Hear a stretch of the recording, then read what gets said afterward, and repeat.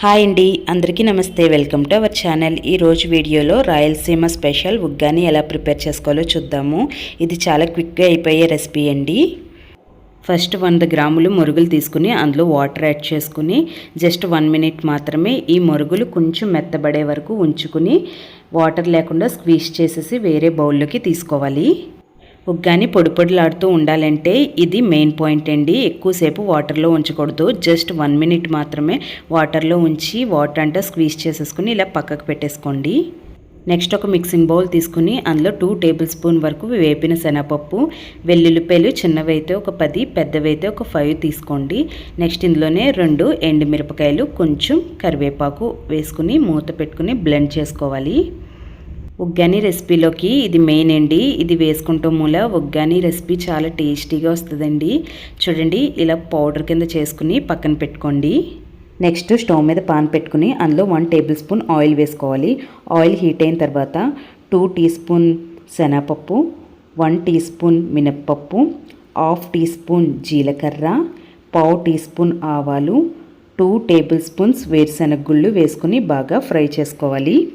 వండుకోవడానికి టైం లేనప్పుడు చాలా క్విక్గా అయిపోయే రెసిపీ అండి. అలాగే చాలా టేస్టీగా ఉంటుంది. పోపు బాగా ఫ్రై అయిపోయింది కదా. నెక్స్ట్ ఇందులో 2 టేబుల్ స్పూన్ వరకు కరివేపాకు వేసుకొని 1 నిమిషం పాటు ఫ్రై చేసుకోండి. నెక్స్ట్ ఉల్లిపాయలు 1/2 కప్పు చిన్న ముక్కల కింద కట్ చేసుకుని వేసుకోండి. అలాగే 2 నుంచి 3 వరకు పచ్చిమిరపకాయ ముక్కలు, చిన్న అల్లం ముక్క కూడా వేసుకుని ఇవన్నీ బాగా ఫ్రై చేసుకోండి. నేను చూపించిన ఈ మెజర్మెంట్స్ 2 మెంబర్స్ వరకు సరిపోతుంది. ఇప్పుడు ఇవన్నీ బాగా ఫ్రై అయిపోయినాయి కదా. నెక్స్ట్ ఇందులో ఒక టమాటా కూడా వేసుకుని టమాటా అంతా బాగా మగ్గే వరకు మూత పెట్టుకుని టమాటాని మగ్గించుకోవాలి. మధ్య మధ్యలో ఓపెన్ చేస్తూ టమాటా మగ్గిందో లేదో చూసుకుంటూ బాగా ఫ్రై చేసుకోండి. ఇది మార్నింగ్ బ్రేక్ఫాస్ట్లా కానీ లేదంటే ఈవినింగ్ పిల్లలకి స్నాక్స్లా జస్ట్ 5 మినిట్స్లో చాలా తొందరగా చేసి పెట్టేచ్చండి. ఇప్పుడు టమాటా అంతా బాగా మగ్గిపోయింది కదా. ఇందులో 1/2 టీ స్పూన్ పసుపు, సరిపడేంత సాల్టు, ఇందాక బ్లెండ్ చేసి పెట్టుకున్న పుట్నాల పప్పు కూడా ఇందులో వేసుకోవాలి. స్టవ్ లో ఫ్లేమ్లో పెట్టుకుని ఈ పౌడర్ యాడ్ చేసుకుని ఫ్రై చేసుకోవాలి.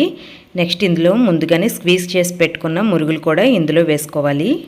ఇదంతా ఒకసారి బాగా కలిపేసుకుని స్టవ్ ఆఫ్ చేసేసుకోండి. స్టవ్ ఆఫ్ చేసుకున్న తర్వాతే ఇందులో నిమ్మకాయ రసం యాడ్ చేసుకోవాలి. లాస్ట్లో నిమ్మరసం అలాగే కొంచెం కొత్తిమీర వేసుకుంటమే అంతేనండి. ఉగ్గాని రెడీ అయిపోయింది. పిల్లలైతే చాలా ఇష్టంగా తింటారు. అస్తమాను కూడా చేయమని అంటారు. అంత టేస్టీగా ఉంటుంది. మీరు కూడా ట్రై చేసి మీకు ఎలా కుదిరింది అనేది నాకు కామెంట్ సెక్షన్లో తెలియజేయండి. Thank you.